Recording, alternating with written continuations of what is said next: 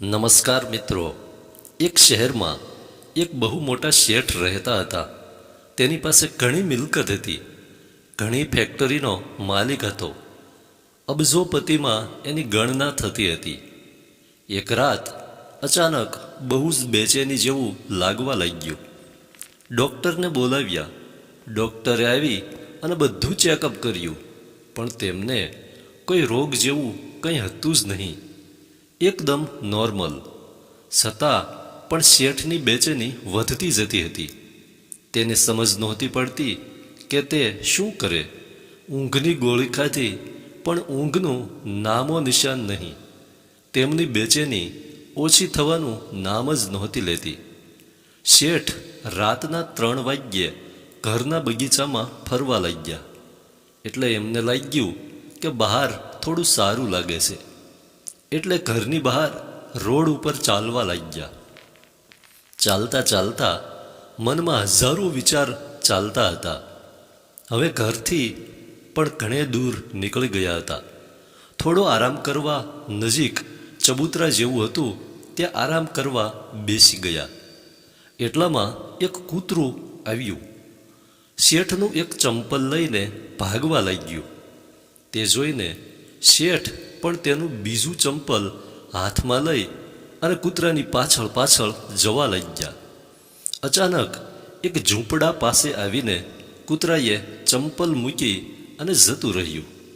શેઠ ચંપલ પહેરીને જેવા જવા લાગ્યા તો કોઈનો રડવાનો અવાજ આવ્યો. થોડા નજીક ગયા તો અવાજ ઝૂંપડામાંથી જ આવતો હતો. શેઠે ઝૂંપડીના તૂટેલા દરવાજે જોયું તો કોઈ એકદમ ફાટેલા મેલા કપડામાં એક મહિલા રડતી હતી અને બોલતી હતી કે હે ભગવાન, મારી મદદ કરો. શેઠને થયું કે અહીંથી નીકળી અને ઘરે જતા રહે, કેમ કે કોઈ ગલત ન વિચારે. પછી એના મનમાં વિચાર આવ્યો કે આ મહિલા અત્યારે રાતની કેમ રડે છે, તેને શું તકલીફ છે. પછી શેઠે કોઈ પણ વિચાર કર્યા વગર દરવાજો ખખડાવ્યો. એ સ્ત્રીએ દરવાજો ખોલ્યો. ઘડીક તો રાતના અચાનક કોઈ મોટા શેઠને જોઈને ગભરાઈ ગઈ. શેઠે હાથ જોડી અને કીધું કે બહેન, ગભરાવ નહીં, મારે તો એટલું જ જાણવું છે કે તમે કેમ રડો છો. એ સ્ત્રીની આંખમાં આંસુ આવી ગયા અને તેની પાસે જ એક 7-8 વર્ષની દીકરી બીમાર હાલતમાં સૂતી હતી. તેની સામે જોઈને કહ્યું કે મારી દીકરી બહુ બીમાર છે, તેની સારવાર કરવાનો મોટો ખર્ચો છે, જે હું કરી શકું તેમ નથી, કેમ કે હું તો બીજાના ઘરમાં ઝાડુ પોતા કરીને મારું ગુજરાન ચલાવું છું, એટલે હું આની સારવાર કઈ રીતે કરાવી શકું. શેઠ કહે તો બહેન, કોઈની પાસેથી માંગી લેવાય ને.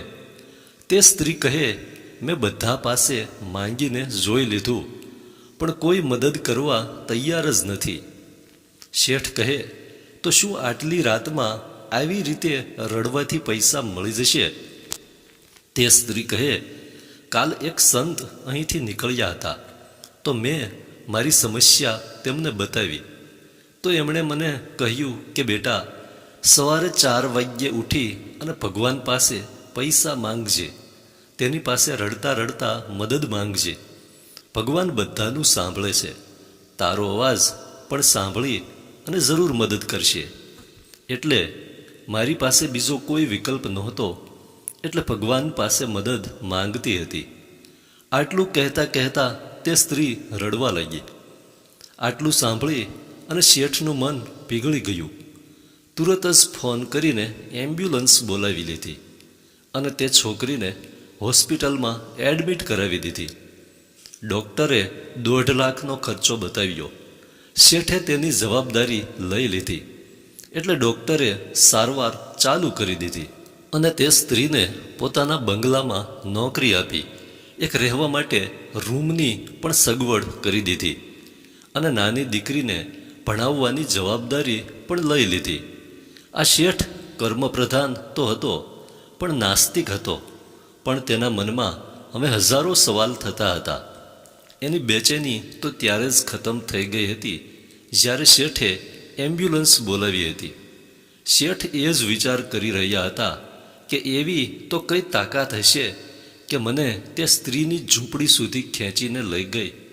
તો શું એ જ ઈશ્વરની શક્તિ છે? એ જ ઈશ્વર છે? અગર એ જ ઈશ્વર છે તો સારો સમાજ ધર્મ જાત પાત પર કેમ લડી રહ્યો છે? કેમ કે મેં પણ એ સ્ત્રીની જાત નથી પૂછી કે ના તો ઈશ્વરે નાત જાત જોઈ છે. કેમ કે ઈશ્વરે તો સ્ત્રીનું દર્દ જોયું અને મને તેના ઘર સુધી મોકલી દીધો. હવે શેઠ સમજી ગયા હતા કે કર્મની સાથે સેવા પણ એટલી જ મહત્વની છે. કેમ કે આટલી શાંતિ એને જીવનમાં ક્યારેય મળી નથી. ધન્યવાદ.